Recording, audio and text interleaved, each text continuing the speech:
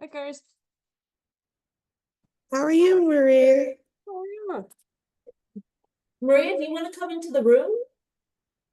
Excuse me? Oh, you're going to the. Is it in person? It's not over Zoom?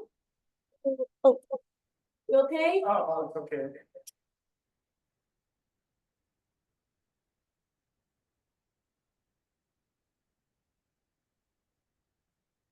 But Joshua, wait, I'll be in person? Yeah, you can join us. We're in 419. Where are you?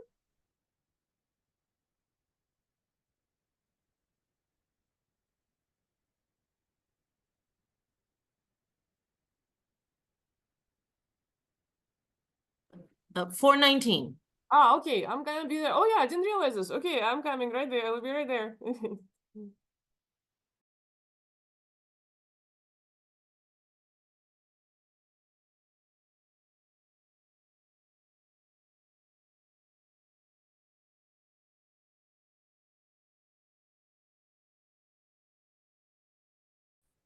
Brenda, do you want to introduce yourself? Yeah, I think you're muted.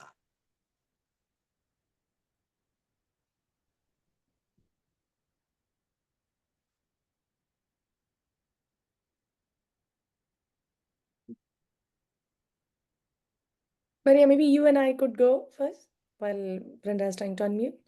Sure.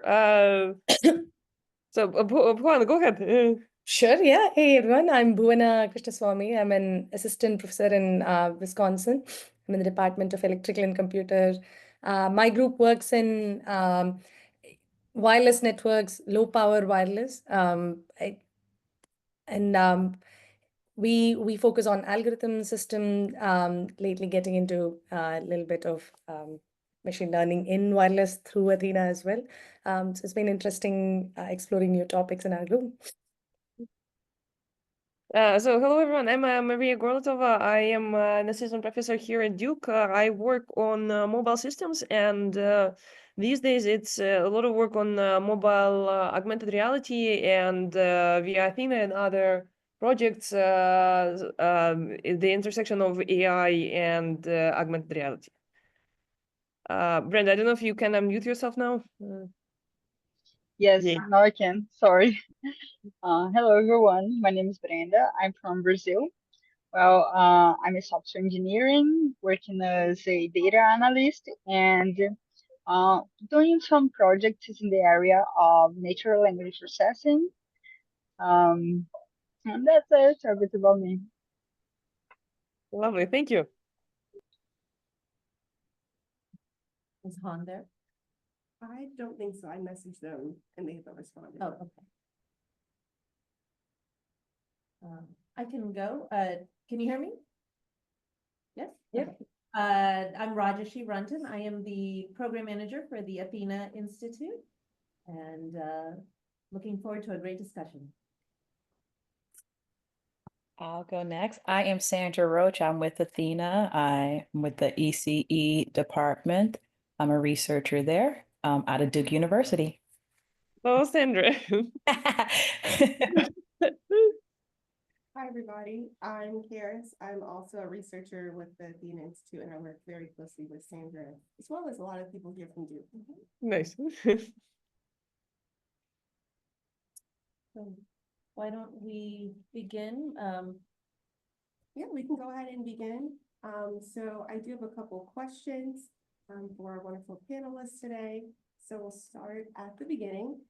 What unexpected challenges did you encounter in your academic career path that you weren't prepared for, and how did you overcome them? Bhuvan, do you want to start? Yeah, where to start, right?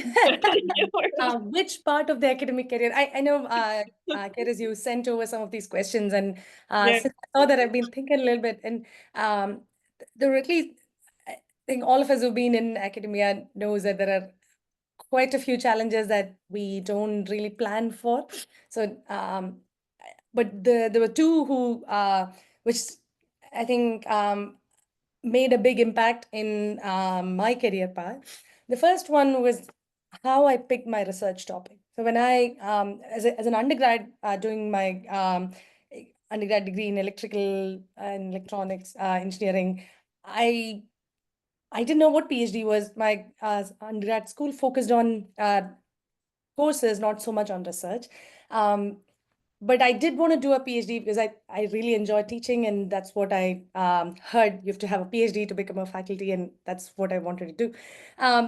So I applied. I got into some of the schools. I'm in Georgia Tech. And my advisor says he has a portfolio of projects you can pick from. One of them looks super cool. It involved biology, electrical engineering. Sounded really interesting.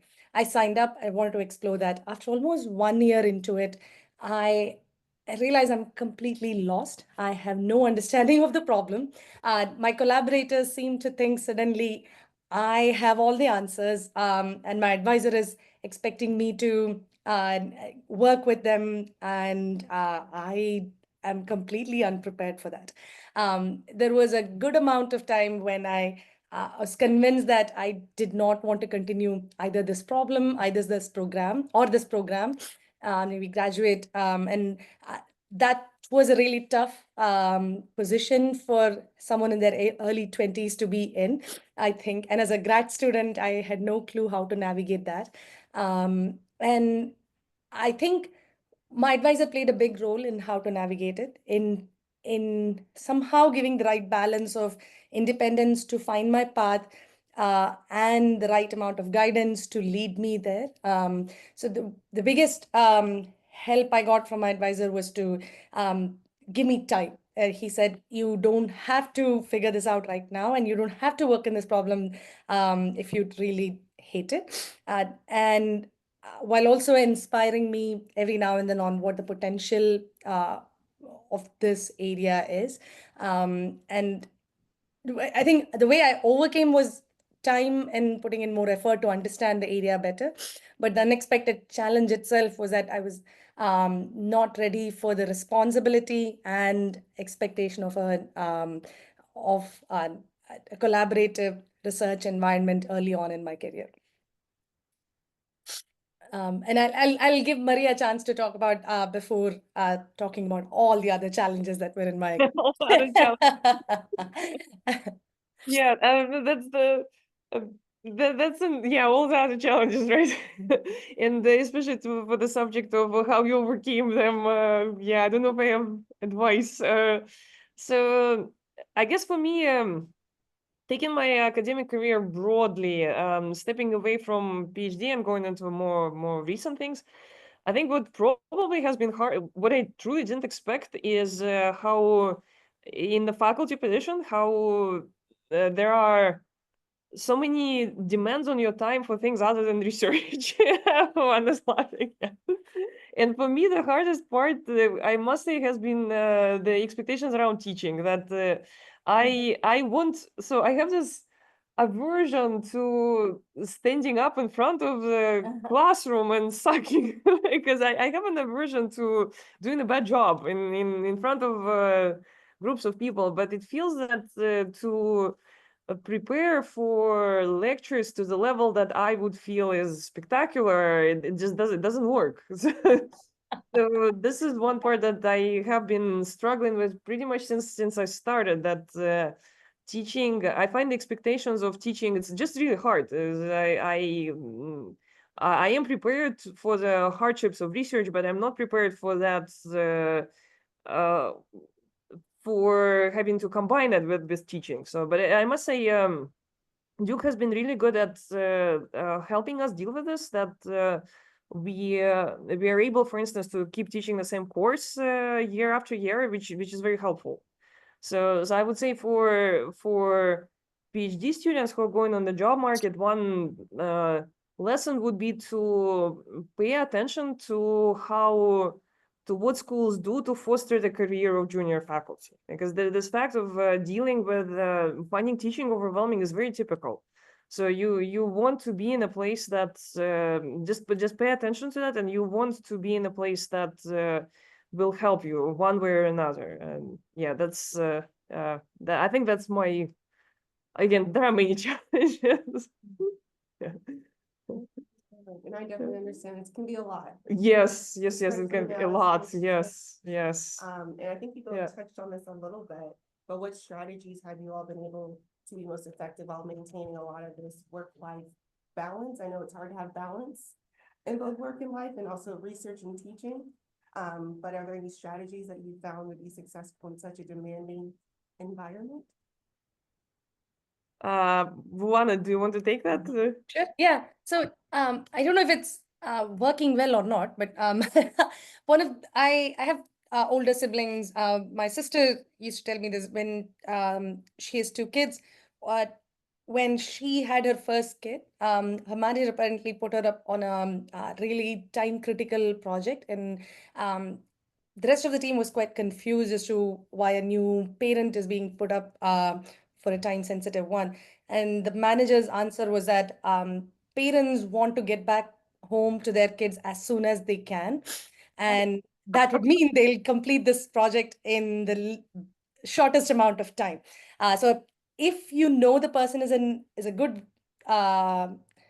worker, good employee, like Maria said, she's setting the bar very high for herself. It's not university or society, it's herself setting the bar high for teaching. So a good employee, if you know they set the bar high for themselves and you give them a task, they will complete it. And if they are new parent, they'll definitely complete it on time because they want to go home as soon as they can. So that was interesting. I don't know how practical that was. She did struggle quite a bit, but yeah, her takeaway was that I knew after that exercise how to manage my time better than I did before, and more importantly, she was telling me that the whatever number of hours she spends at work, that was entirely work. She couldn't afford to do anything other than that because that's all the time she got. And that was really interesting to me, and I try to keep that in mind in my work life as well. To uh, whether whether it's family or teaching or research, if we know that there is a chunk of time we want to dedicate to that uh, part, we have to be fully committed during that time. So I say 3 hours of my day, I'm going to work on my course this um, today. Those 3 hours have to go to my teaching and not for anything else.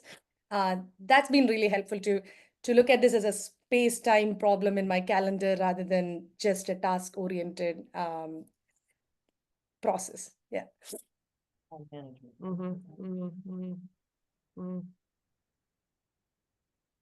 How's your family life? Yeah. Yeah, so yes, so this has been I think everybody struggles with this. It's great that you had an older sibling who could get advice from. That's really nice. It's great. It's very helpful in academia as well. If you Yeah. see, I never tell her that, by the way, but yeah, it's just oh, nice. If you see how others do it and you see their examples, you can use them as an inspiration. That's great. That's wonderful.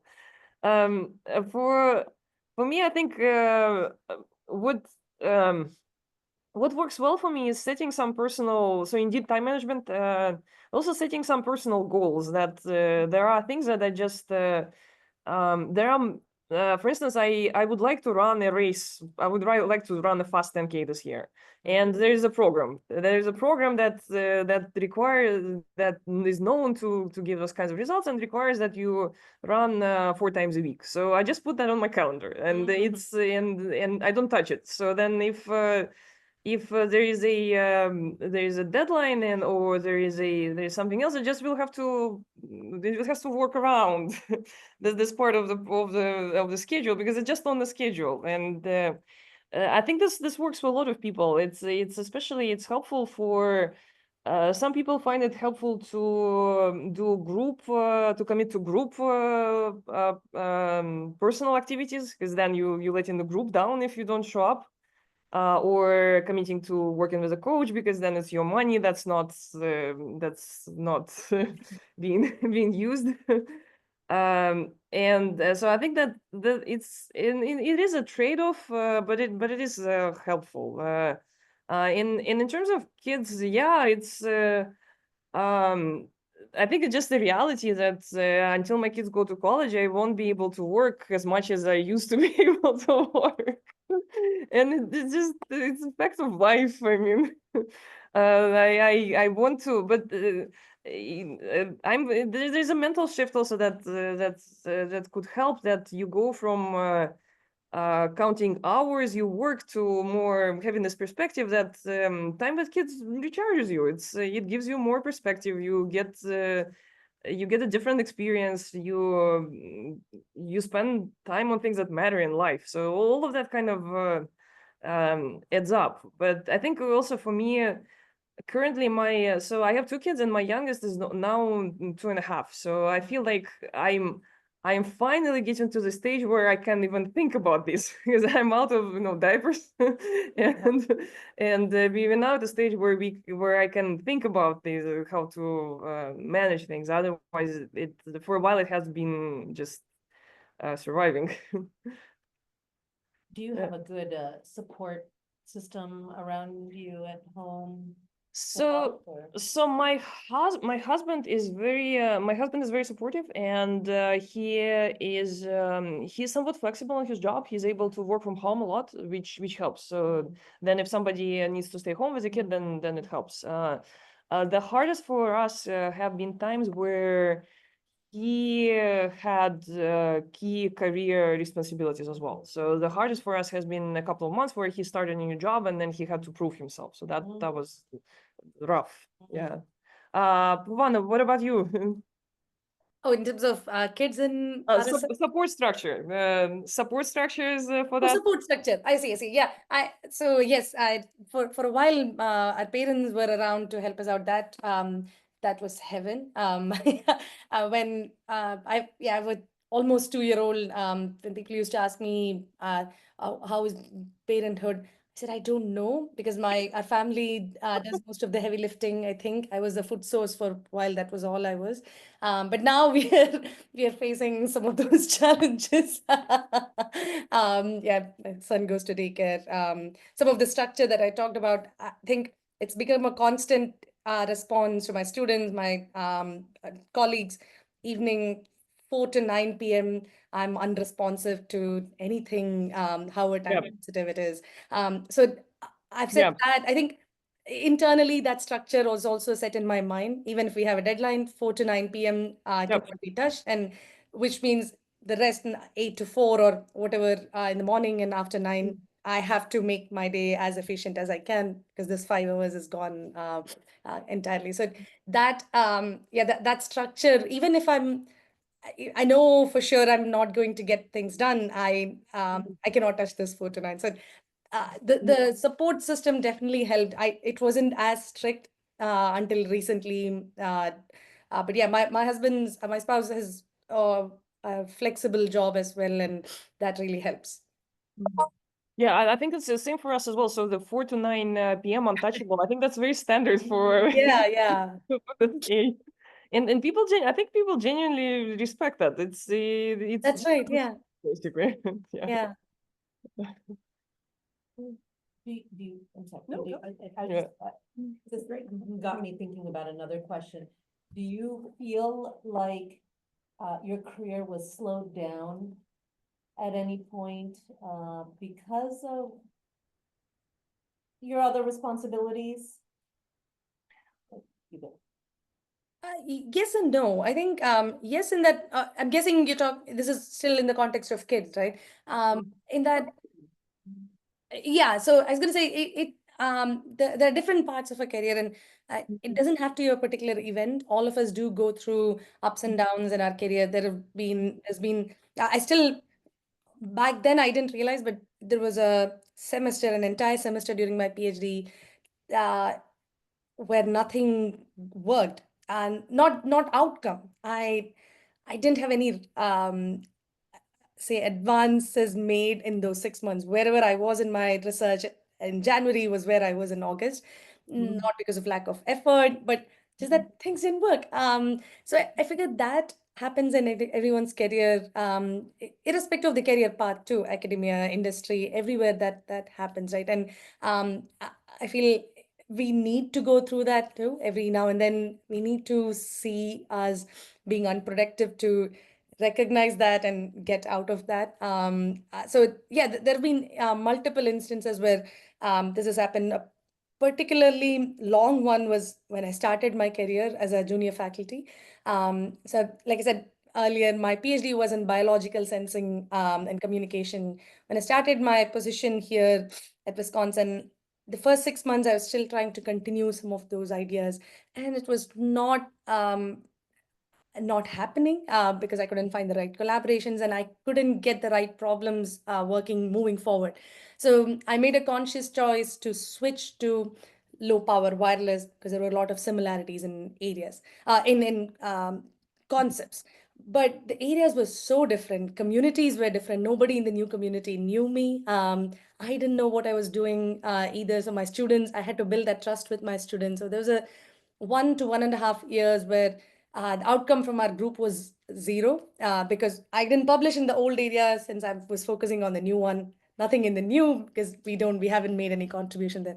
That was a really scary 1.5 to 2 years. But thinking back, I'm so glad I made the switch, and I'm so glad we put in those good 1 to 2 years to set our foot uh, right in the new area. So um, there's definitely been periods where productivity synced significantly, both seeming productivity sync and actual productivity sync. Because there are times when there's a good amount of progress, but nobody notices that outside, right? So when a career switch happens, a student graduates, a new student coming into the group, there's a major ramp up time. They have to come up with their own ideas, settle in, and obviously changes in our personal life stages. They've definitely had an impact, but we adult by going through these stages, and I think that's just part of us growing up. Yeah, yeah, I definitely, yeah, absolutely relate to that. Um, uh, for me, like slowing down is an interesting term to use. So would I have gone up for 10 years sooner if I didn't have kids? Actually, probably maybe not. Because same as Bhavana, the timeline of my going up for tenure was more driven by that I was switching research fields and that I was trying to establish my own lab. And I'm not sure that would have gone faster necessarily under any circumstances. On the other hand, I probably what I have been missing for the last little while is that I feel like I could have gone deeper into some topics, and that would have been I like how Bhuvan said it that there's like there's productivity that is obvious to others, but then there are elements that aren't. So I feel that some of my ideas could have been more creative potentially if I had more time to myself, if I could read more books, if I could dig deeper into some of the papers. So I'm trying to figure out a way of reclaiming some of that time. And definitely the other part that's very different is that I spend less time with my students basically, and this is probably there are pluses and minuses to that. Some students could have really used more time. On the other hand, they do have to develop as professionals. So I'm not necessarily sure that by doing more hand-holding would have given us better written papers for sure, but I'm not sure that long term that would have it's the best thing for the world necessarily. So yeah, it's a complicated question. Yeah, I need to learn that from you, Maria. I think it is hard to find which student wants more attention and who prefers more Very hard, yeah. independent. Yeah. Yeah. Oh, Brenda, yes. Well, I had two questions actually. When I was listening to you, I thought, how I don't know if you had imposter syndrome, but I don't know if you had. I would like to know how you dealt with that, and also about the field you are working. How is it? How is it for a woman like you to work in a male-dominated field? How do you feel about it? That I could hear part. the first question well about imposter syndrome. Can you maybe type your second question? I think the second one is about how the community is supportive of women in the area. Oh yeah. right? Oh yeah. Okay. Health Okay. center. Yeah. Yes. Do you want to start? Yeah, I think it's very optimistic of you to use past tense in that first question. I think it's still imposter syndrome. I still think I am fooling people by being here in this panel. I, so it is funny how imposter syndrome could also it can come and go at and has its own pattern, in that there were times in my career where I felt super confident in our research where I was, and there were times despite being successful I felt I was not enough. So I think when I look back, and it was not an intentional search, but every now and then when we talk about these things, it comes back. Those periods where I felt like a phony was when I was I was isolating myself from the community, from my friends, due to a variety of reasons. So I think being away from a support group, whether it's friends, researchers, mentors, they glue us together as individuals too. I feel they boost our confidence. I think even when I was failing, I can see why I was confident, because I was every now and then I would talk about my research to my friends who were non-engineers or engineers who are not working in this area, and they think I'm the smartest person. That was such a confidence booster, whether that was true or not. But being around them and talking to people really helped overcoming that. And there were all times when it peaked when I talked to smarter people, saying, "Oh, this is just trivial what you're doing," and that put me down so much. So that reality check is also needed. But I feel the way I've handled imposter syndrome is that I've just embraced it, saying this is going to be part of my personality. Now that I every now and then I can recognize this is happening to me, and I see that when I'm around people I trust, people who are supportive, people who love me, I can feel confident in myself and lead from there. And the the reality check or the kick every now and then is needed to motivate us further. I think there's a concept in business school too, that the moment you're comfortable in something, you're not challenging yourself. So that fear is also our driving force, right? So every now and then it's okay to feel that, but if if that's how I feel that all the time, then it's problematic. So embracing that has helped me quite a bit. And in terms of women in engineering, women in networking, so I work in wireless networks. My field particularly has been extremely supportive of women in the recent past, at least. I would say I am a really good example of how women in networking helped someone to even think of academic career. So of the periods where I was really down, one of them was when I was in the job market or thinking whether I should be in the job market. The year I was graduating, I was 100% sure I was not fit to be a faculty. Despite me wanting to do that and wanting my PhD just for that, by end of as I was planning my defense, I told my advisor, I did some internships. I think I want to go in industry. And he asked me, he was confused. You came in so confidently wanting to be a faculty. What changed? And I told him, I don't think I'm fit. And I can't do what you are doing, or other successful faculty that I see are doing. And so he didn't give me any advice. He said, have you attended any conference in the recent past outside your comfort zone? And there was one coming up. I attended that conference, nothing to do with my area, but there's something called networking women, N2 women. And there was an N2 women workshop happening in that conference, Mobisis. Um, Mobisis 2017. I clearly remember it was happening in Buffalo. I was at the N2 Women workshop. People were talking about all sorts of things. And imposter syndrome came in, and I was saying, oh, I don't think I even feel like I should be here in this conference. My advisor said, you could just go. I don't have a paper.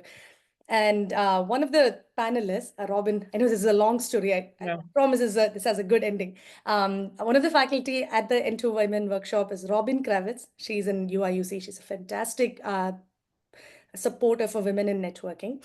So Robin took me to another faculty saying, this person is Jazo, and she's conducting a workshop hosted by NSF, sponsored by NSF, called Net's Early Career Workshop. This is targeting uh, senior PhD students who are about to be in the job market or early career junior faculty, just to see what to expect being in a faculty position. So she told me to attend the conference or the workshop. I went to DC, attend the workshop. I loved it. I loved the support I got from other faculty, senior faculty, saying they felt exactly the same way I was feeling right when they were in the job market. So I could relate to so many of them. And then came the confidence back and saying, I could be successful. And more importantly, even if I fail, there are fallback career paths I can go to. It won't be the end of my career. So after that workshop, I decided, this was pretty late in job market search. I decided to apply, and I was in the job market that year and came to Wisconsin after that. So all of this started because of that N2 Women workshop that I was part of. Had I not attended, I wouldn't have gone to NETS. I wouldn't have applied for academic positions. I'm confident I would have been in a different path altogether. So that support system was big help. I'm an active participant in N2 Women. I really want to give back. And I think finding that group has been a life changer for me. Clearly is a life changer for me, right? So the short answer is yes, our community is extremely supportive. And that was my long answer. I really apologize for the long one. Yeah. Yeah, I would build on that. I think the community is supportive. It's also notable that there are a lot of women in the community who people look up to, and I only recently realized that it's not true for all communities. So we have, for instance, Deborah Estrin, who's known as the mother of sensor networks. She's the absolute rock star, and everyone, men or women alike, recognize that she's the person who created that amazing field. And we had Margaret Martanosi, who was the director of this, who was in charge of the comedian director at NSF for a while. Again, clear visionary, and did some early work on putting collars on zebras in Kenya and networking those zebras, but has done so much great work after. And I can keep listing names, even like Robin Kravitz that you mentioned. That I think it's been absolutely remarkable that it's universal across genders and cultures in that field, that people truly look up to them. And I think this is it's great for the field, and it's great for the community. I've recently started working with other communities where I realized with horror that they don't have that. That all of the leaders are look very differently, and I think it's a problem. But for us, it has indeed been, I think this sets the stage for the community, that women are expected to be leaders, women are expected to be equals. I think that has been wonderful.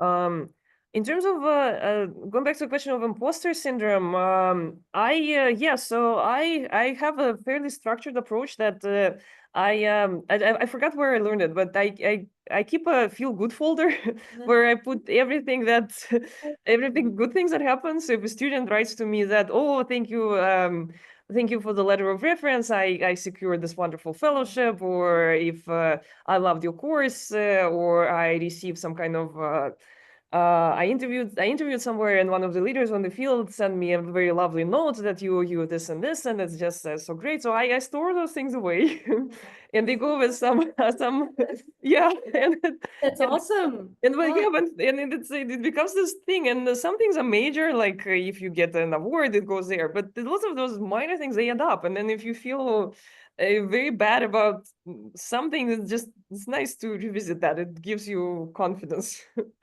Yeah, but I must say, I think Bhavana is right that a lot of this is situational. That if you when you enter a new field, you feel more of this. When you try to master a new technique, you get more of that.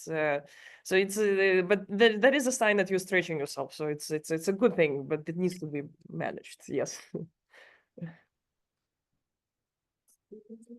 I it made me think of, did you have any specific mentor as, in your career? So my PhD advisor has been a really strong mentor for me. I was actually his very first PhD student, and I think the very very first PhD students, it's an interesting, it's a different experience. But I maintain this mentality that you should have multiple mentors, so that has worked well for me. My postdoctoral advisor, for instance, he was a great mentor for me as well, but he was very hands off. So then several other mentors stepped in. I don't know, Bhuwana, what's the case for you? Yeah, I think I have a two-part answer to that. Again, I think one of the reasons for my long answers is um, you sending the questions ahead, Karis. I got time to think about it, and Nice. unfortunately, I have long answers for all of them. Yeah, I have two-part answer. The first is the professional mentorship, and I think that's what the question was referring to.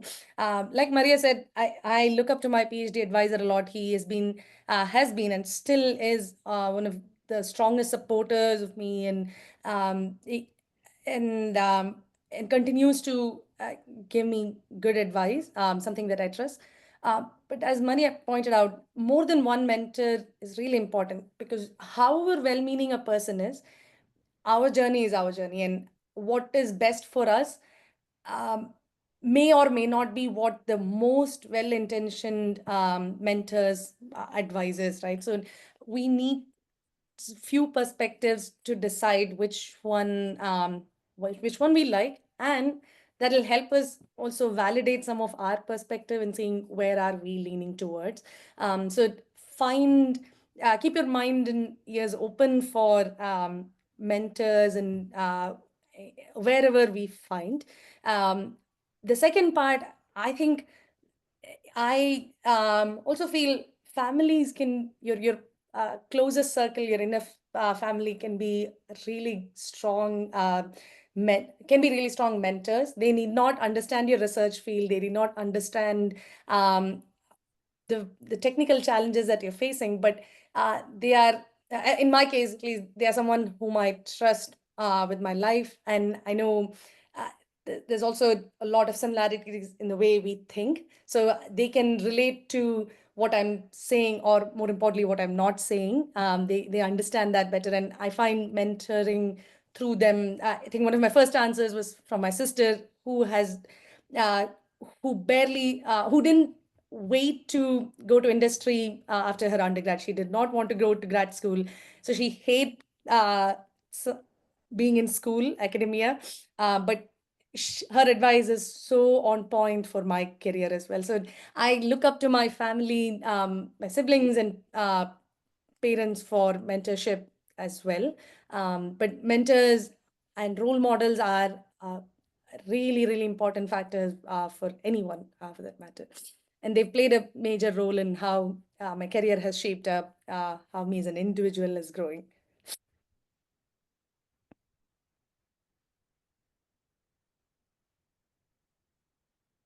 I know we have time for one more question. I know there's a question from the audience, or actually speakers. Is there anything that you all would like to share? Just about your own thoughts as far as how they can navigate such a demanding field, and also any advice. So I would pass along the advice that so this is really one of the questions that you've prepared for us as to what you should do to pursue a specific type of career. And I wanted to pass along my PhD advisor's guidance on that, which is to um, not necessarily over-optimize your choices towards one career path or another, but focus on excellence. So excellence is transferable. That was his guidance, that do the absolute best that you can in whatever it is that you're doing, and trust that it will be transferable, that the world changing results matter. Great work impresses people, and great work is important regardless what specific career you choose to go into. And not only the great work matters, but the skills and attitude that you develop by learning to become excellent, they all transfer. So that's the advice that I would pass along. Bhuwana, your Yeah, advice I want to pass along. I, I think I, this might be pretty related to what Maria said. It is really difficult to find a job that you're passionate about, because I feel finding your passion is such a tough thing. There are millions of career paths, millions of professions, millions of problems to choose, even if you're in one career path. And finding the one that we're passionate about could take our entire lifetime, right? But being passionate about what we do is really easy. Meaning, if we are fully committed to what we're doing, and excellence, making sure whatever we are doing has does very well, and being intellectually curious about what we are doing. I think that intellectual curiosity will take us to the right destination and take us in the right path. In fact, I would say that's something I try to follow, and I like to pass that along. I, it's not easy, and I definitely don't find it easy, because being curious takes up time, right? And when everything is so limited, including time, being curious about things that we are not particularly working on is difficult, but that does help us explore and widen our horizon. But giving us time to do that every now and then, I think is important, and that's something I would like to pass on. Just made me think of another question, if we have time. Yes, we do. And I apologize, I did not send my questions ahead of time. So I'm putting you guys on the spot. Do you have a specific career goal for the next 5 years? Oh, Yeah, I have a very specific, very technical career goal. So I think the set of methods that we just built are going to be amazing when applied. So I'm going to develop them, and I will try to I will try to get them into the hands of millions one way or another. I haven't figured out the way, but I will explore. Luana, what about you? yeah, I think I want to start a company. Oh yeah, okay. 5 years. I think 5 years is Nice. way far down, right? We can do anything in this Oh, I'm 5 years gonna write it time. down. I'll ping you in 5 Yeah. years. Nice. You didn't ask me how, when, what the process is. You just asked me what I want to do. I think I want to do that. I admire people who work on startups. I admire the tenacity and the mindset needed for that. Nice. I would like to do that. I don't know how, but 5 years seems like a good time. For what it's worth, I actually heard an advice from one of the female leaders of the field that this is what you should do with your tenure. That you, I see. yeah, that this is that you, Okay. and the nice thing is that if you're, the nice thing if your first startup fails, you just try again. As an academic, you can do that. Yeah. That's right. Yeah, that's absolutely right. Power of 10. Yeah. And you'll be set up for retirement. If successfully. Exciting. I know you're gonna run a 10K, that's your personal goal. Any other personal goals? Oh, sports wise, no, lots of sports goals. Yes. I don't know. I kind of I feel that maybe it's more of as my kids are growing, I would kind of learn. I would want to know more about some things that are education related. I feel that as they're growing, me being in education and them learning more and more things, somehow that is gonna combine in some way. So there is an area of exploration, shall we say, that should maybe help me understand them better, at the same time understand my students better. Mhm. Like it's loose right now. Right, Yeah. right. Movana? Yeah. Yeah, when I was younger, this was also part of the community that we grew up in. Almost everybody was involved in some form of art form, singing, musical instrument. I learned to sing and play violin, and I gave up when life happened. I Oh, think I want to get back to that. I restarted playing musical instruments a little bit, but exciting. Sounds so bad because I haven't practiced in so many years.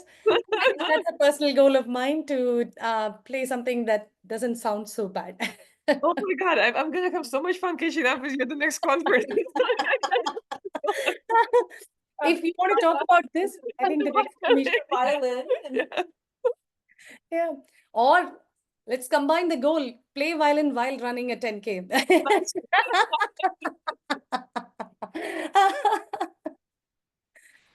Oh my, this was fun. Awesome. Yeah. Any questions from the audience?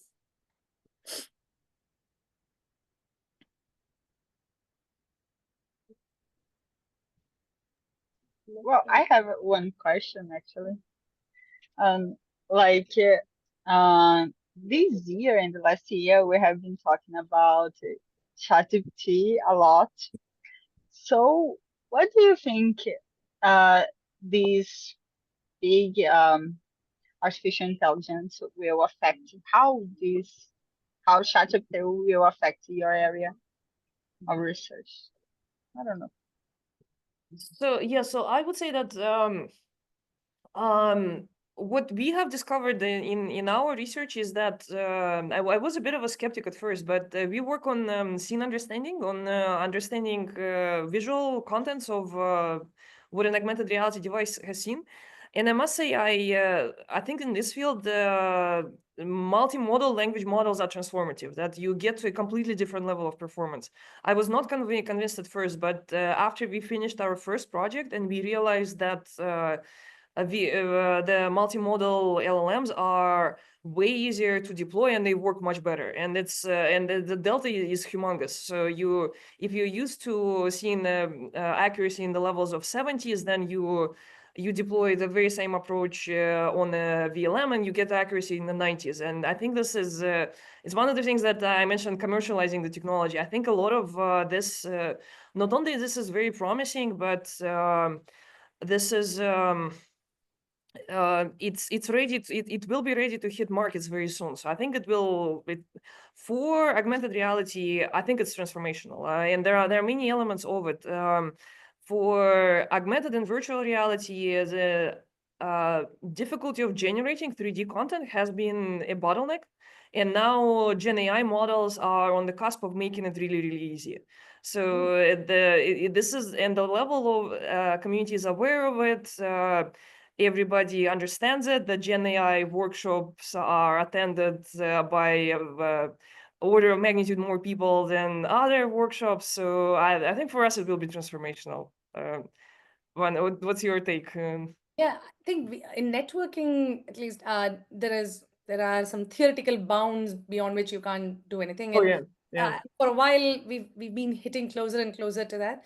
But the way AI is changing the field is that what you can do with the network beyond communication. And if you've hit the limit on communication, what more can we do beyond communication? Meaning, can I sense? Can I make this more private without compromising on throughput? So I think in every part of networking, people are leveraging the power of ML and AI. So it's definitely getting integrated into the field. And I think whatever this again happens with every wave of new technology, right? When wireless came in, there was a lot of skepticism on communication, which was traditionally wired, and now when it was embraced, we made significant change leaps. I think that's where we are with AI too. We are able to embrace that, and I do see, including Athena, we are embracing that into the field, and clearly we are making progress with that. Yeah. Yeah. This was a wonderful discussion. Thank you. Thank you. Thank you to Maria and Ivana. Thanks. If anybody has any questions, happy to take them over email as well. We'll stop by my office here if you're here at Duke. Always happy to chat. I want to take a screenshot real quick. All right.